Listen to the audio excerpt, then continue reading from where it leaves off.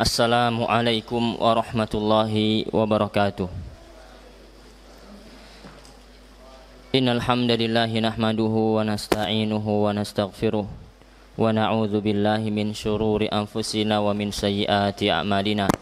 May yahdihillahu fala mudhillalah wa may yudlil fala hadiyalah. Wa asyhadu an la ilaha illallah wahdahu la syarikalah wa asyhadu anna Muhammadan abduhu wa rasuluh. Allahumma salli wa sallim ala nabiyyina Muhammadin wa ala alihi wa ashabihi wa man tabi'ahum bi ihsanin ila yaumiddin. Ya ayyuhalladzina amanu taqullaha haqqa tuqatih wa la tamutunna illa wa antum muslimun. Kaum muslimin wal muslimat, para ikhwan dan akhwat rahimani wa rahimakumullah. Alhamdulillah, segala puji hanya milik Allah Subhanahu wa ta'ala. Alhamdulillah, pada kesempatan yang berbahagia ini, setelah beberapa lama kita berhenti kajian atau mengkaji kitab Riyadhus Shalihin di Masjid An-Najiyah ini, pada saat ini atas kemurahan, taufik dan hidayah dari Allah Subhanahu wa ta'ala, kita dapat kembali memulainya. Semoga kita semua dimudahkan oleh Allah Subhanahu wa ta'ala dalam mengikuti kajian ini, dan semoga kita istiqomah dan dapat mengambil pelajaran dari hadis-hadis yang akan dibacakan. Kemudian salawat dan salam tak lupa kita haturkan untuk Nabi kita Muhammad sallallahu alaihi wasallam, kepada istri-istri beliau, kepada anak-anak beliau, sahabat-sahabat beliau dan umatnya yang senantiasa berpegang teguh dengan ajarannya hingga hari akhir kelak. Kaum muslimin wal muslimat rahimani wa rahimakumullah. Kita lanjutkan pembahasan kita dalam membacakan hadis di dalam kitab Riyadhus Shalihin. Kita sampai di bab fil mujahadah, ya, bab al mujahadah, bersungguh-sungguh di dalam beribadah kepada Allah Subhanahu wa ta'ala. Ibadah merupakan kewajiban kita, yaitu tujuan diutusnya para rasul, tujuan diciptakannya jin dan manusia. Wa ma umiru wa ma khalaqtul jinna wal insa illa liya'budun. Tidaklah aku ciptakan jin dan manusia kecuali dalam rangka beribadah kepadaku, mendekatkan diri kepadaku, taqarrub kepadaku dan mentauhidkan aku, mengisahkan di setiap amalan-amalan ibadah yang kita kerjakan. Ikhwani fillah wa akhwati fiddin rahimani wa rahimakumullah. Kita bacakan hadisnya, yaitu dari sahabat Abu Hurairah radhiyallahu anhu anna Rasulullah sallallahu alaihi wasallam qala hujibatin naru bisyahawat wa hujibatil jannatu bil makarih, muttafaqun alaihi. Wa fi riwayah li muslimin huffat, ya. Nabi sallallahu alaihi wasallam bersabda,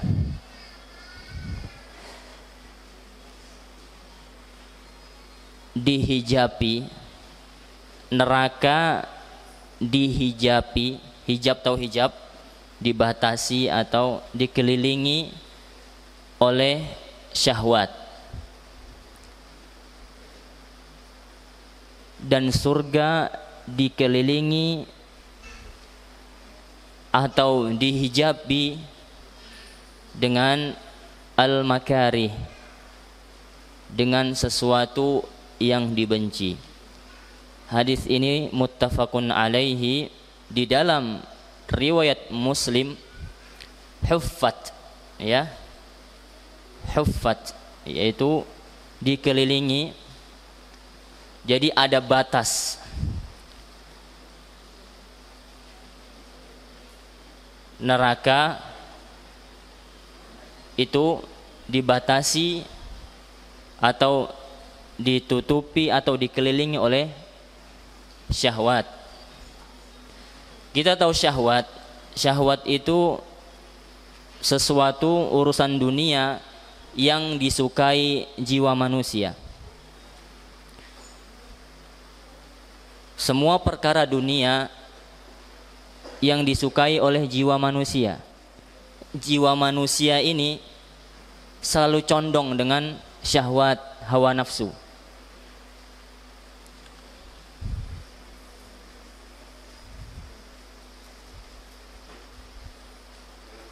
Maka ketahuilah bahwasannya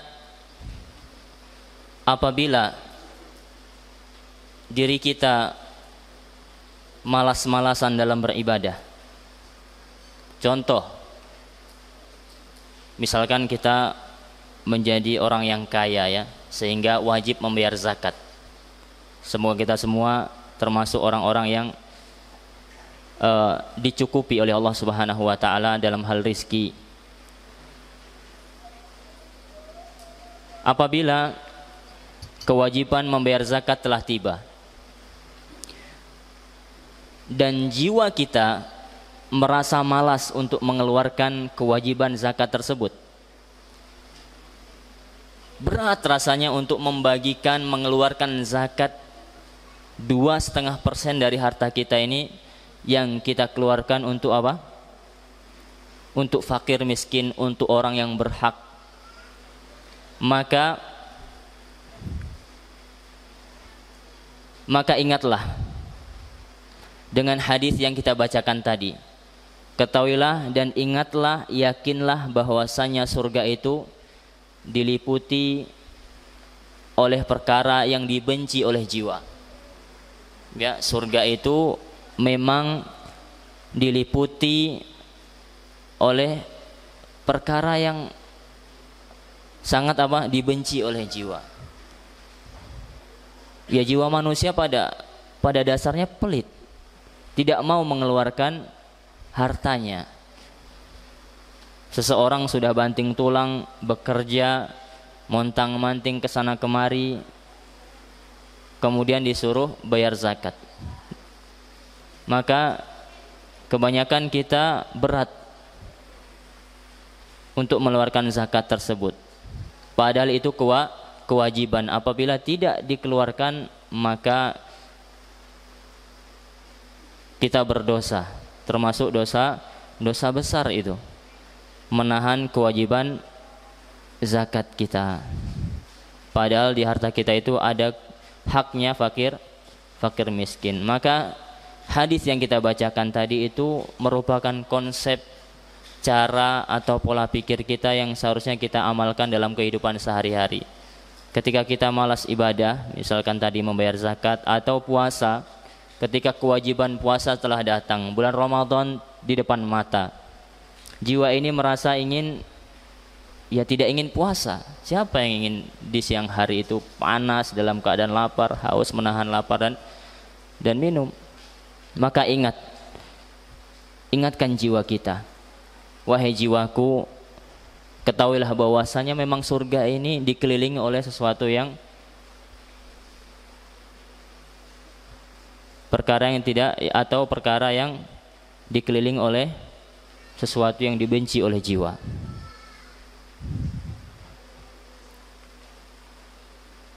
Kemudian ini surga. Surga itu dikelilingi oleh perkara yang dibenci oleh jiwa. Sebaliknya, neraka itu dihijabi atau dikelilingi oleh perkara-perkara yang sangat disukai oleh syahwat, oleh jiwa kita.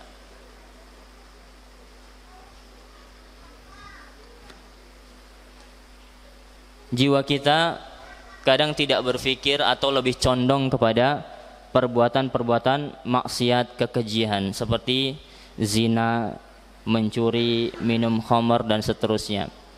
Maka katakan kepada diri kita, katakan kepada jiwa kita, ketika kita sedang berhadapan ingin melakukan kedurhakaan,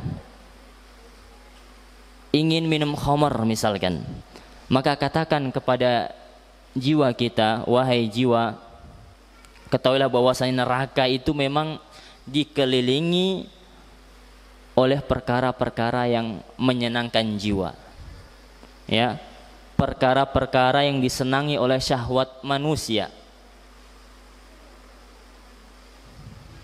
Maka ketika dia berpikir demikian, insya Allah dia akan dijauhi atau menjauhi perkara tersebut. Adapun kalau dia tidak mengindahkan, ya tetap melakukan mengikuti syahwatnya, ya itu tadi dia akan menabrak hijab yang kita ketahui bahwasanya di balik hijab itu adalah neraka. Ya.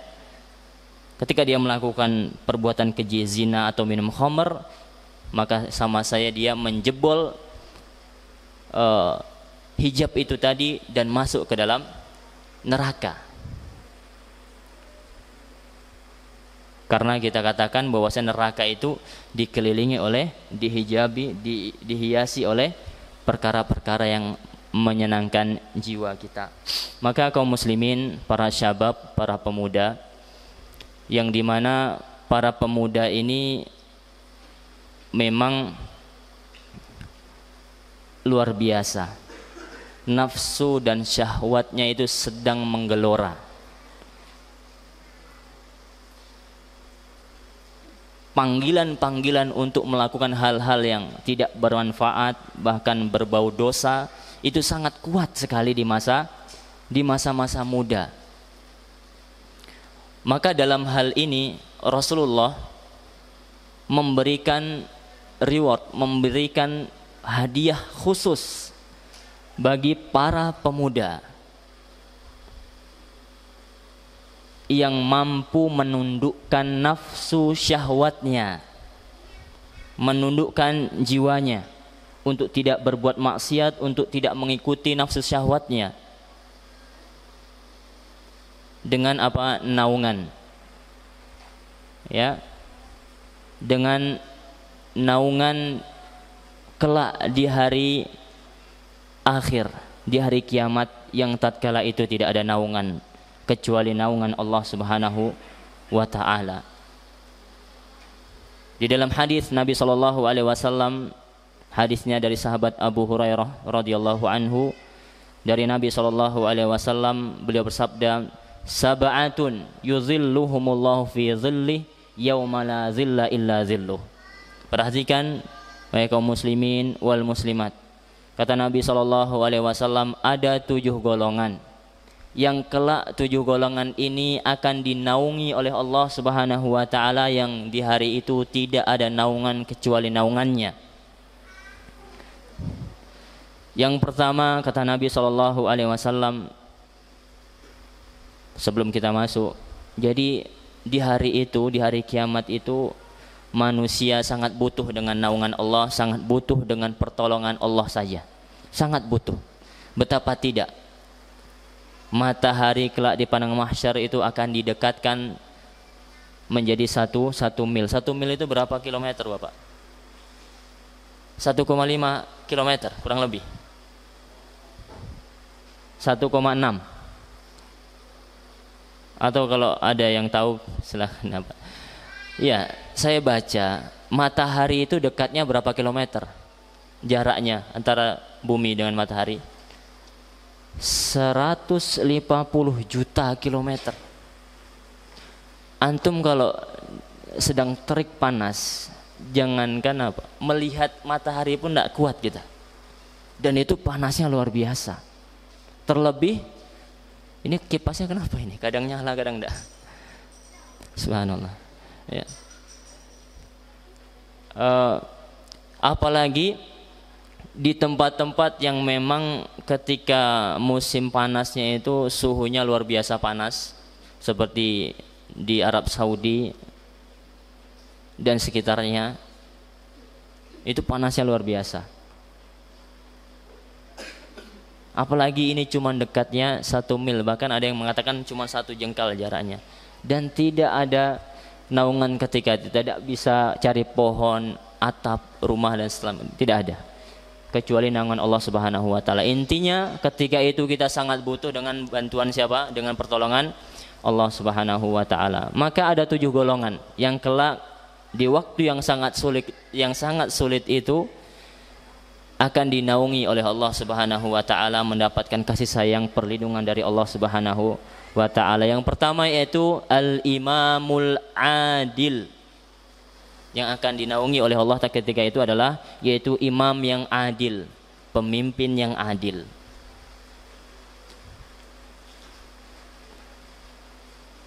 Ada apa dengan pemimpin yang adil sehingga dia dapat hadiah spesial? Iya. Seorang pemimpin bisa adil itu hebat. Betapa tidak? Dia bisa berlaku adil, bisa berlaku netral ketika dia menganggap semua orang itu sama, bawahan dia. Mau dia saudara dia, mau orang kampung dia, mau orang terdekat dia, dia tetap berlaku adil.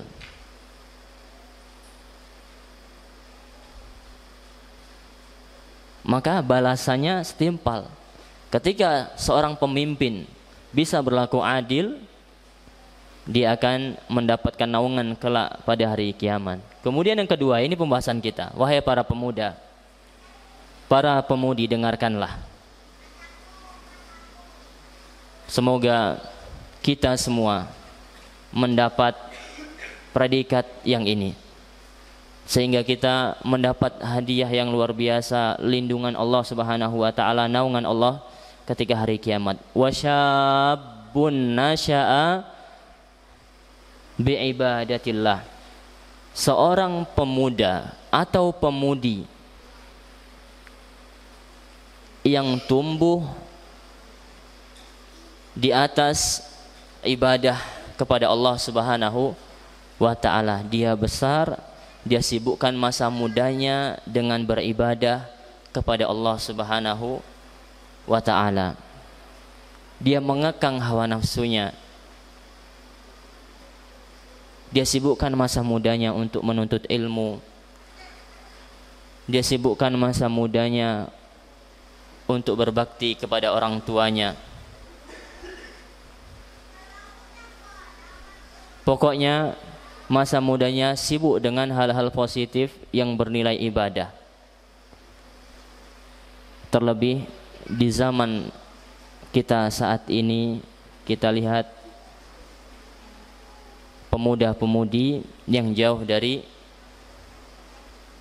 ibadah kepada Allah Subhanahu wa ta'ala.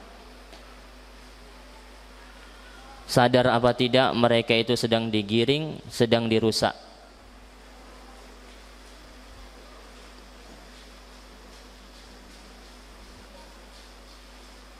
Kalau sudah rusak para pemuda, ke depannya siapa yang akan menjadi pemimpin? Ya pemuda saat ini. Ketika rusak pemuda saat ini, kemungkinan besar generasi ke depannya akan lebih rusak lagi. Ya, maka bergembiralah bagi pemuda yang menyibukkan diri dengan menghafal Al-Quran, menuntut ilmu agama, menyibukkan diri dengan hal-hal positif. Sabar. Hidup ini tidak lama. Hidup ini tidak lama.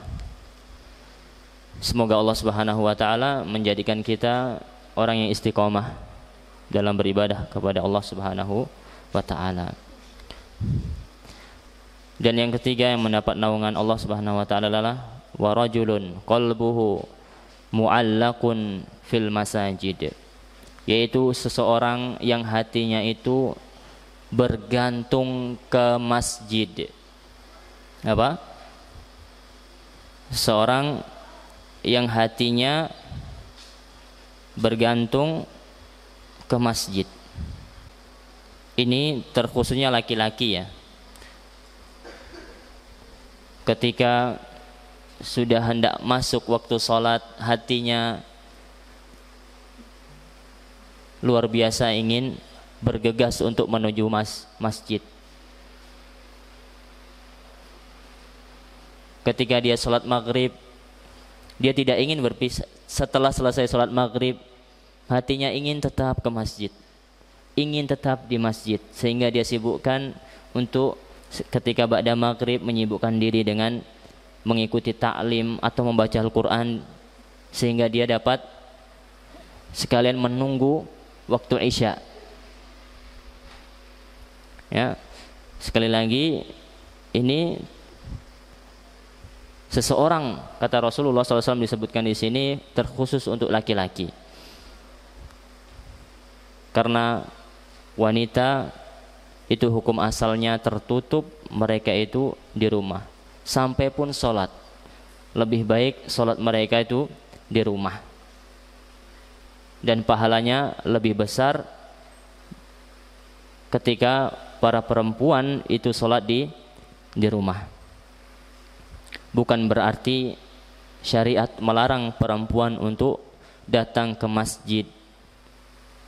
Hukum asalnya boleh, tapi dengan syarat aman dari fitnah ketika keluar rumah, tidak bertabarruj. Kemudian di antara orang yang dapat naungan yaitu warajulani tahabba fillah istama'a alaihi wa tafarraqa alaihi. Dua orang yang saling mencintai di jalan Allah, keduanya berkumpul karena Allah dan berpisah karenanya. Dia berteman, dia mencari teman bukan karena keinginan duniawi. Dia mencari teman karena si fulan soleh, karena si fulan ini luar biasa, mengingatkan kepada akhirat perangainya, mengajak kepada kebaikan saja. Maka kalau ada orang yang seperti ini, dia berkawan, dia berteman kepada seseorang yang dilihat bukan urusan dunia. Si fulan ini fulusnya banyak ini, kita akrabilah si fulan supaya dapat takdiran, supaya nanti misalkan dia jual, yang punya toko besar, supaya nanti kalau datang ke sana kita ditraktir atau dikasih diskon. Ada keinginan motivasi dunia. Kebanyakan kita seperti itu, milih-milih kawan yang dilihat status sosialnya. Wah, kalau dia terkenal, dia orang kaya, ingin aja rasanya kita berteman dengan orang ini. Maka coba kita rubah. Standar kita adalah soleh atau tidaknya orang. Ketika orang itu soleh, akhlaknya baik, rajin menuntut ilmu, adab-adabnya, adab sehari-hari dia laksanakan, nampak terpancar berkah ilmu itu pada dirinya, cara berbicaranya luar biasa, lemah lembut, penyabar.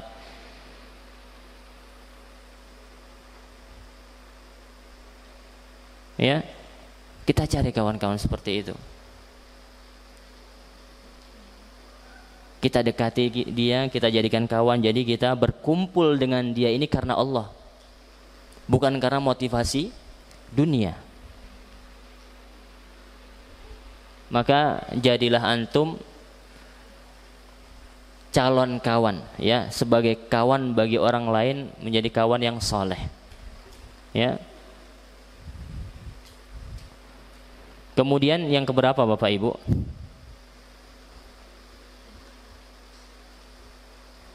Yang keenam? Bukan? Atau yang kelima? Yang dua laki-laki berkumpul karena Allah, berpisah karena Allah itu yang keberapa?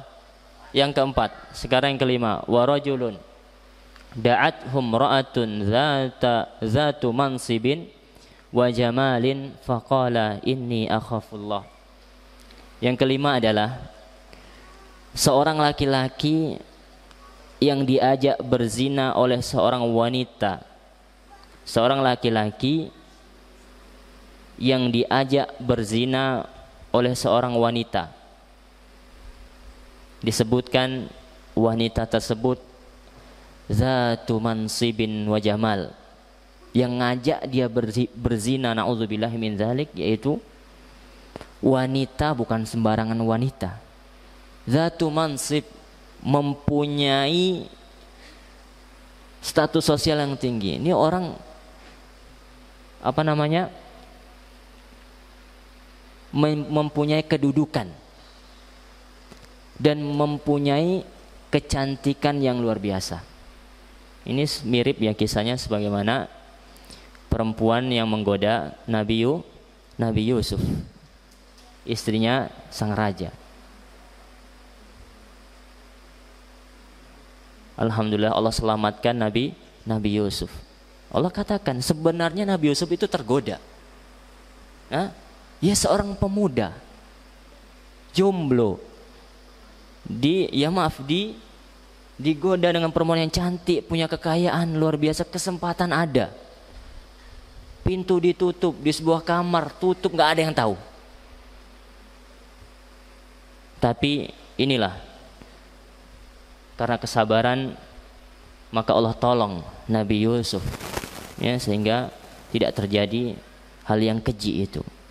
Ini perempuan yang mengajak berzina memiliki kedudukan tinggi, bukan sembarang wanita, ya maaf, ya bukan wanita pinggir-pinggir jalan lah begitu ya, wanita ecek-ecek begitu, tidak. Ini punya kedudukan yang tinggi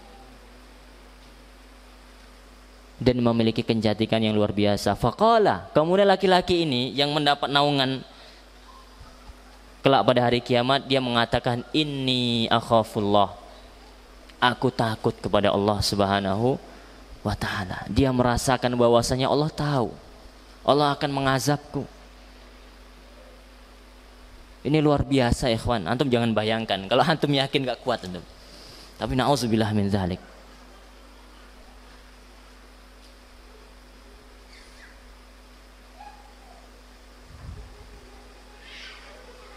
Semoga kita bisa mengamalkan hadis Nabi sallallahu alaihi wasallam, ta'arraf ila Allah fir raha ya'rifka fis syiddah. Kenalilah Allah ketika kondisi lapang, niscaya Allah akan tolong engkau pada kondisi yang susah. Dekatkan diri kita kepada Allah Subhanahu wa taala pada saat-saat seperti itu. Semoga kita ditolong, diberi kesabaran untuk menahan syahwat kita ketika dihadapkan dengan hal-hal yang seperti itu. Na'udzubillahi min dzalik. Masuk ke 6. Wa rajulun tasaddaqa bi shadaqatin fa akhfaha hatta la ta'lam shimaluhu ma tunfiqu yaminuhu. Wa rajulun tasaddaq. Berikutnya orang yang akan mendapat naungan Allah Subhanahu wa taala yauma la zilla illa zilluh, yang tatkala itu tidak ada naungan kecuali naungan Allah. Yang keenam adalah seorang yang bersedekah, yang memberi, yang berderma, yang bersedekah dengan satu sedekah, kemudian dia menyembunyikan sedekah tersebut sehingga tangan kirinya tidak tahu dengan apa yang diinfakkan oleh tangan kanannya. Lihat perumpamaan yang diberikan oleh Nabi kita Muhammad SAW dalam hal menyembunyikan amalan, terutama sedekah. Yang dekat saja tidak tahu. Ini antara tangan kanan dan tangan kiri. Tangan kanan memberi, tangan kiri tidak tahu. Berarti apa? Ini orang keikhlasannya luar biasa, berusaha untuk menyembunyikan amalan.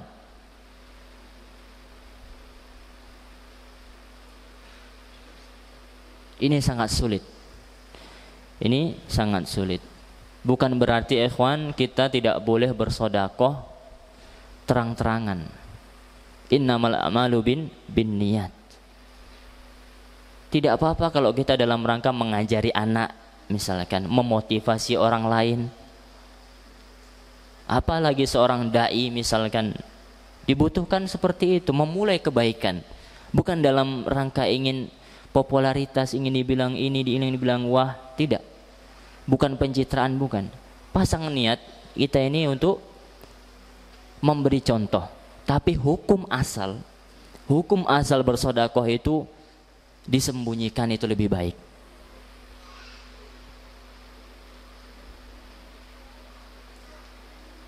Untuk menyelamatkan hati kita dari penyakit-penyakit riya. Wa rajulun, yang terakhir, zakarallahu khaliyan fafadat ainah. Yang terakhir adalah yaitu seseorang yang berzikir kepada Allah, mengingat Allah Subhanahu wa taala ketika sendiri. Dia takut kepada Allah Subhanahu wa taala, dia malu sama Allah, ya Allah. Mengingat Allah, nikmat Allah itu begitu banyak kepadaku. Banyak apa tidak ikhwan nikmat kita? Nikmat yang Allah berikan kepada kita sejak kita bangun di pagi hari. Di pagi hari Allah kasih sarapan kepada kita. Allah kasih pakaian yang cukup untuk kita. Luar biasa nikmat Allah begitu banyak. Allah terus kasih kita nikmat, padahal kita durhaka sama Allah, banyak berbuat dosa, ya tidak? Siang malam kita nyaris tidak bisa kita meninggalkan dosa walaupun hanya sejam 2 jam. Nyaris kita berbuat dosa, durhaka sama Allah, tapi nikmat Allah terus kita dapat. Malu kita. Sehingga seseorang ini yang mengingat Allah, nikmat Allah begitu banyak, begitu, dan atau mengingat azab Allah begitu pedih, nangis dia ketika sendiri, berlinang air matanya. Ada nggak orang yang seperti ini? Kalau ada, inilah pemuda atau orang yang luar biasa di zaman sekarang ini, ikhwan.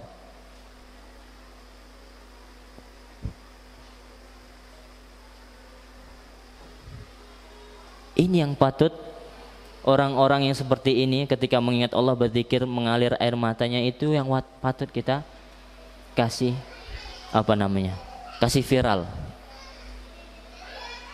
Bukan malah pemuda-pemuda yang cengeng, yang gak jelas, yang diviralkan orang saat ini.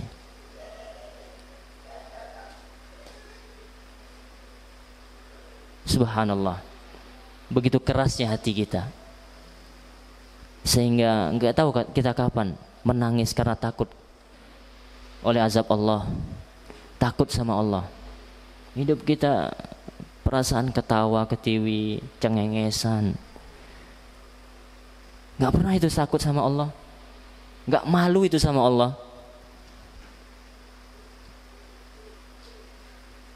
La haula wala quwata illa billah. Intinya kita berdoa, ya Allah yang maha pemurah lagi maha penyayang, jadikanlah kami termasuk hamba-Mu yang dapat naungan ketika itu, ketika tidak ada naungan kecuali naungan-Mu. Amin ya rabbal alamin. Kita lanjutkan hadis yang berikutnya. Bismillah.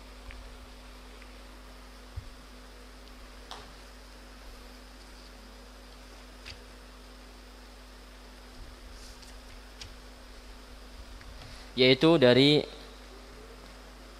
An Abi Abdullah Hudzaifah ibnul Yaman, dari sahabat Abdullah yaitu Hudzaifah,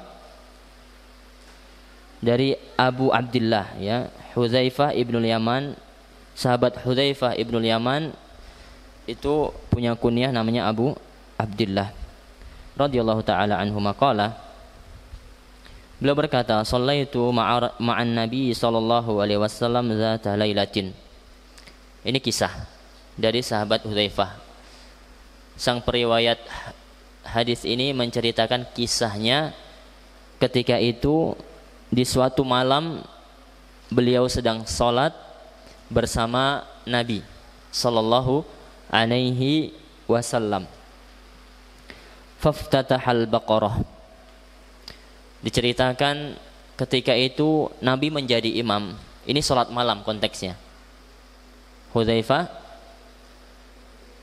ikut sholat malamnya Nabi SAW. Kata Hudzaifah, dibukalah sholat malam itu, Rasulullah membaca di rakaat pertama, membaca apa? Al-Baqarah. Ini sebelum ana lupa faedah, boleh kita menyebutkan surat itu namanya saja tanpa ada dibarengi dengan suratul Baqarah, suratul Ali Imran, suratul Nisa, boleh Ali Imran, Nisa, An-Nisa misalkan. Al-Furqan dan seterusnya. Dikatakan Nabi membaca Al-Baqarah.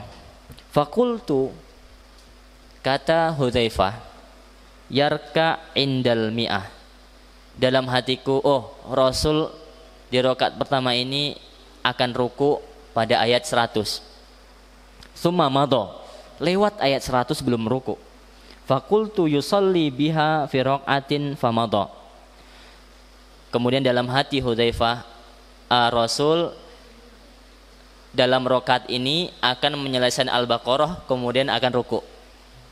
Fakultu yarka biha summa ftataha nisa. Selesai Al-Baqarah bukannya ruku, lanjut An-Nisa. Lanjut An-Nisa faqara'aha sampai selesai. Ini dalam satu rakaat, Al-Baqarah selesai, An-Nisa selesai. Summa ftataha Ali Imran. Kemudian selesai An-Nisa baca lagi Ali Imran. Faqara'aha. Kemudian Nabi menyelesaikan surat. Berarti berapa surat? Al-Baqarah, An-Nisa, Ali Imran. Yaqra'u murassilan idza marra bi ayatin fiha tasbihun sabbah. Perhatikan, Rasul itu membaca bukan bacaan yang cepat, tapi murattilan secara tartil, huruf per huruf. 3 surat. Berapa juz itu? Berapa juz Ustaz? Al-Baqarah, Ali Imran, An-Nisa. Lebih 5? Lebih ya. Subhanallah. 1 juz itu ikhwan, kalau kita baca secara tartil kurang lebih ya 25 menit lah 1 juz. Antum berdiri 5 juz lebih. Ini menunjukkan apa ikhwan? Mujahadahnya Nabi, kesungguhannya Nabi di dalam ibadah ikhwan. Wal akhwat rahimani wa rahimakumullah.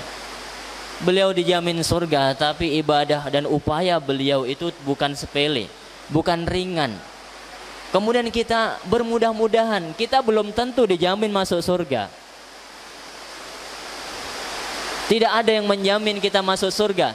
Tapi ketika ibadah rasa-rasa kita sudah dijamin masuk surga. Cukuplah mencari-cari uzur. Sedikit lagi ikhwan, kita selesaikan hadis ini tentang kisah Hudzaifah ketika beliau salat qiyamul lail, ya, salat malam bersama Nabi kita Muhammad sallallahu alaihi wasallam. Nabi membaca 3 surat itu dalam 1 rakaat secara tartil, tidak cepat dan tidak lambat, pokoknya secara tartil.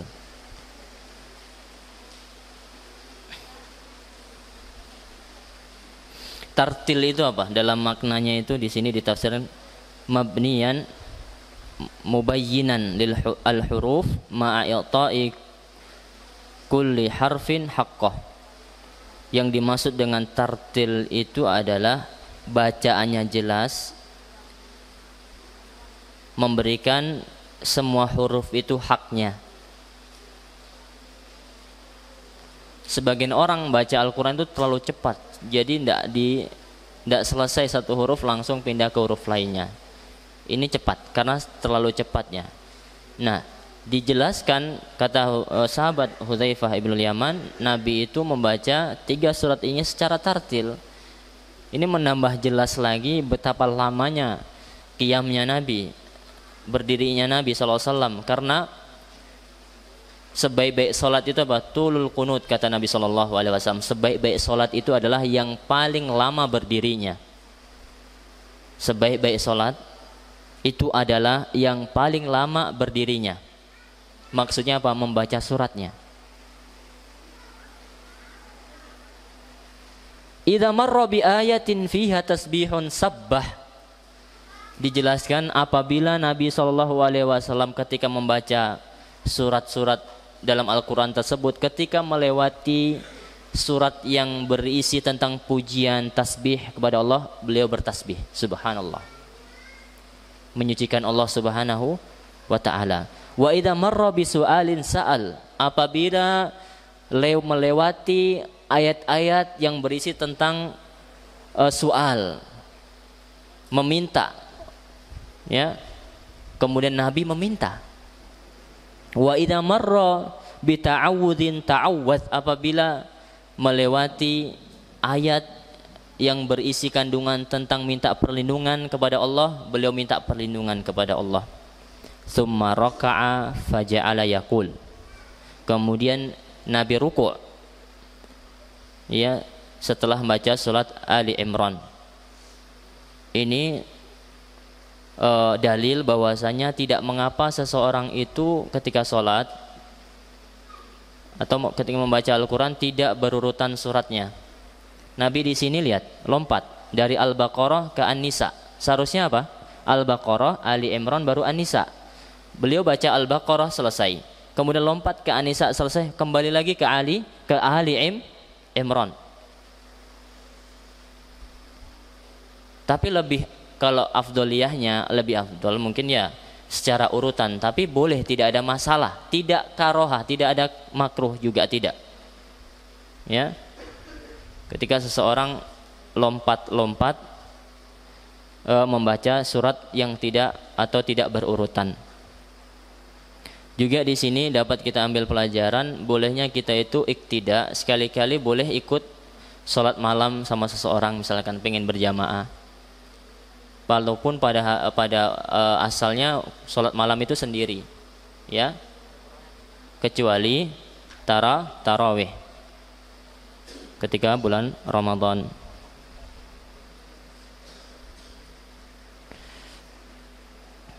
Kemudian Nabi ruku sallallahu alaihi wasallam, kemudian ketika ruku beliau membaca Subhana Rabbiyal Azim. Subhana Rabbiyal Azim. Fakana ruku'uhu nahwan min qiyamih. Perhatikan, dan rukuknya Nabi sallallahu alaihi wasallam itu hampir sama dengan berdirinya.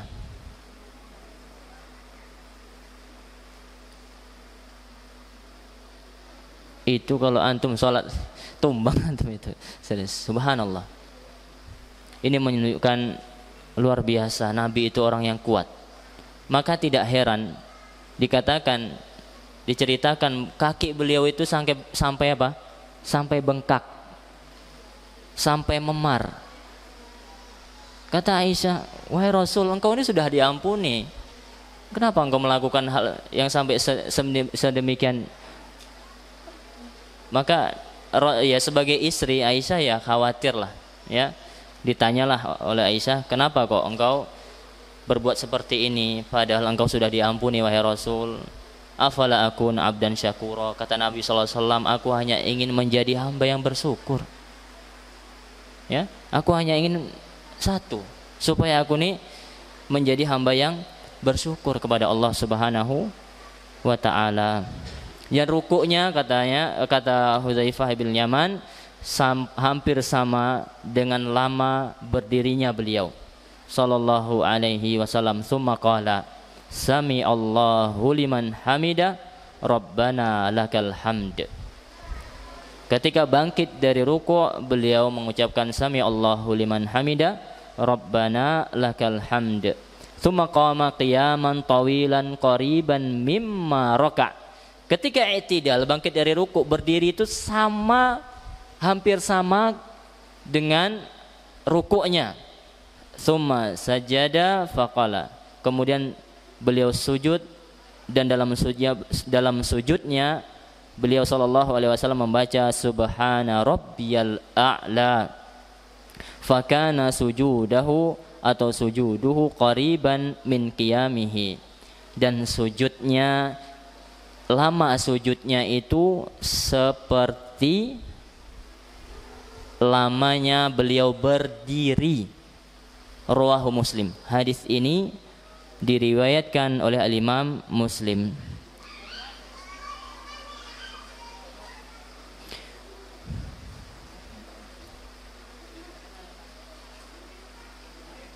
Di sini kita dapat mengambil tambahan faedah, yaitu qiraatul Quran takunu bitadabbur li ayatihi wa fahmin lima'anihi. Hendaknya seseorang ketika sholat atau di luar sholat, ketika dia membaca Al-Quran, dia berusaha untuk tadabbur.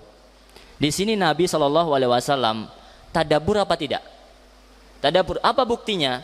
Beliau paham ketika ada ayat tasbih, beliau bertasbih. Berarti beliau memahaminya. Ketika ada ayat, membaca ayat yang tentang meminta perlindungan kepada Allah, beliau berta'awud. A'udzubillah. Ketika membaca tentang ayat-ayat surga, beliau meminta surga. Ketika membaca tentang ayat-ayat neraka, azab neraka, pedihnya siksa neraka, beliau berlindung dari azab neraka. Ini bukti bahwasanya beliau itu benar-benar memahami. Sudah masuk? Gimana ikhwan?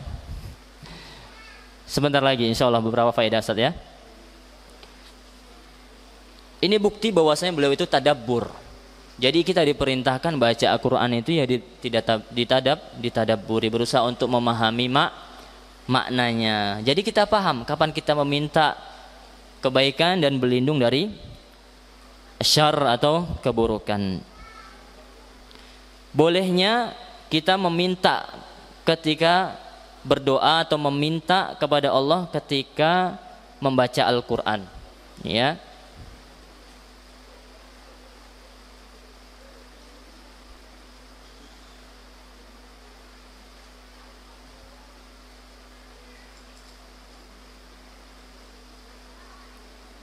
Yang terakhir, setelah ini kita akan azan, kemudian kita tutup kajian kita, ya, karena hari sedang hujan. Ustaz, kenapa urusan dengan hujan Ustaz? Ya, sholat aja ketika hujan itu ada rukhsah, ya, tidak boleh untuk sholat di rumah, ya. Apalagi orang Arab, ketika hujan itu sangat spesial. Ana mendengar faedah ini dari Syekh Saleh Al-Utsaimin. Ketika hujan, beliau yang seharusnya masih ada waktu, beliau cukupkan. Tapi bukan sama sekali libur. Libur ketika hujan kemudian libur itu juga tidak tepat.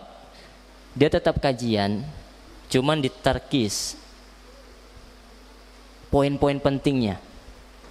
Tetap dia sampaikan, beliau disampaikan ketika kajian. Salat itu lebih penting daripada, ya, lebih wajib bahkan, ya, pada menuntut ilmu. Itu ada rukhsah di sana. Wallahu taala alam. Tapi alhamdulillah kita sudah menyelesaikan 2 hadis insyaallah taala. Maka terakhir yang ini saya sampaikan, intinya 2 hadis ini menunjukkan, mengajak kita semua untuk berijtihad sesuai bab pelajaran kita. Kita bersungguh-sungguh di dalam beribadah. Sebagaimana kita kadang bersungguh-sungguhnya luar biasa untuk mengais rizki, mendapat rizki, maisha, pekerjaan kita, urusan dunia kita, luar biasa kita semangatnya. Lihat orang-orang nonton bola itu, luar biasa semangatnya itu. Cobalah kita tiru untuk bangun sholat malam. Disiapkan snacknya mereka, kopi yang paling pahit, walah luar biasa. Sedia kasur yang paling empuk, monitor yang jernih, yang lebar, speaker yang nyaring, sehingga ketika komentatornya ngomong bisa jelas terdengar, luar biasa untuk urusan dunia yang tidak ada manfaat sama sekali. Tapi kita kadang kajian ini ya apa ala kadarnya lah. Nuntut ilmu ini ala kadarnya. Nggak ada persiapan apa segala macamnya. Maka di mana semangat kita untuk beribadah kepada Allah? Ini terakhir kisah Nabi, bagaimana sholat malamnya Nabi Sallallahu Alaihi Wasallam. Ya, kita kadang baca ad-duha itu udah paling panjang itu kadang. Ya, uzur sakit pinggang, subhanallah. Banyak yang kadang kita mencari uzur untuk diri kita. Inilah kekurangan kita. Semoga Allah mengampuni kita, memberikan kita taufik dan hidayahnya sehingga kita termasuk orang-orang yang semangat dalam beribadah kepada Allah Subhanahu wa taala. Aqulu qouli hadza wa billahi taufik wal hidayah. Subhanakallahumma bihamdika asyhadu an la ilaha illa anta astaghfiruka wa atubu ilaik. Assalamualaikum warahmatullahi wabarakatuh.